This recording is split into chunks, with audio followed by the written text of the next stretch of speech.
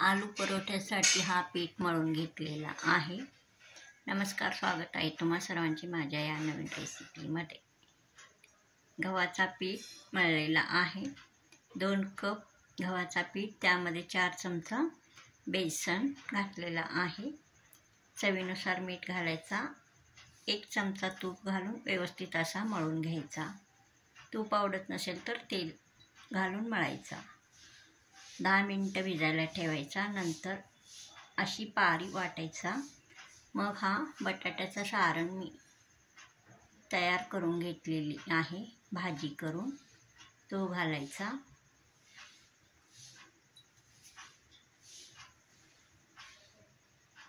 पाच बटाटे उकडून त्याचा व्यवस्थित सारण करून घेतलेला आहे. बटाटे थंड झाल्यावर किसायचा. मग लाल तिखट, अद्रक, मिरची, लसूण पेस्ट घालायचा. अर्धी वाटी कोथिंबीर घालायचा. चवीनुसार मीठ घालायचा. लाल तिखट 1 चमचा घालायचा. हिंग अर्धा चमचा, चाट मसाला अर्धा चमचा, जिरे अर्धा चमचा, सोप अर्धा चमचा, गरम मसाला अर्धा चमचा, हे सर्व घालून व्यवस्थित भाजी तयार करून घेतलेला आहे. भाजी थंड झाल्यावर आता पिठाच्या गोळ्यामध्ये असा पुरणाप्रमाणे भरायचा. मग आलू परोठा असा लाटायचा. हा बघा, अशा प्रकारे कडापर्यंत जाईल असा हा आलू परोठा लाटून घ्यायचा. आलू परोठा हा जाडसरच लाटायचा. आता येथे मी पॅन गरम करण्यास ठेवला आहे, तवा. हा बघा, अशा प्रकारे तव्यावर थोडासा तेल किंवा तूप लावायचा. मग हा आलू परोठा घालायचा.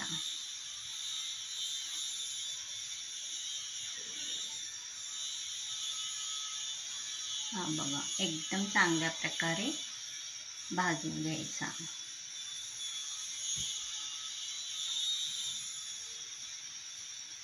यावर थोडासा 1 चमचा तूप घालायचा. सगळीकडे पसरवायचा.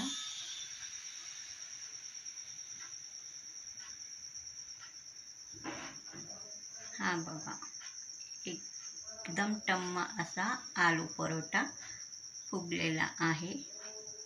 रंग छान आलेला आहे.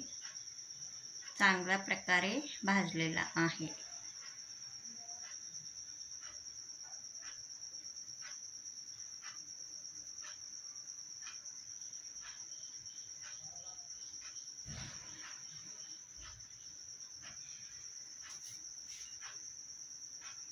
आता हा परोठा मी एका ताटामध्ये काढून घेते. हा बघा, एकदम टेस्टी असा हा आलू परोठा तयार झालेला आहे. ढाबा स्टाईल आलू परोठा. थंड झाल्यावर अशा प्रकारे याचे 2 भाग करायचा. हा बघा, पूर्ण आतपर्यंत हा सारण बटाट्याचा गेलेला आहे. एकदम चांगल्या प्रकारे आलू परोठा तयार झालेला आहे. आता दुसरा आलू परोठा पण असाच लाटायचा. गोल गोल करायचा. तूप लावायचा. थोडासा पीठ लावायचा. मग हा भाजीचा सारण घालायचा. बटाट्याच्या भाजीचा सारण यामध्ये घालायचा. असा पुरणाप्रमाणे भरून घ्यायचा. पिठामध्ये असा घोळवायचा, म्हणजे पीठ लावायचा. मग अशा प्रकारे लाटून घ्यायचा. लाटताना एकदम हलक्या हाताने लाटायचा. हा बघा, दुसरा आलू परोठा पण तयार आहे. सर्व आलू परोठ्यावर 1 चमचा तूप लावायचा.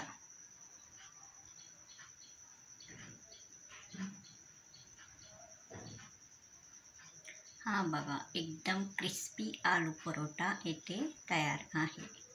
हा पण आलू परोठा मी ताटात काढून घेतलेला आहे.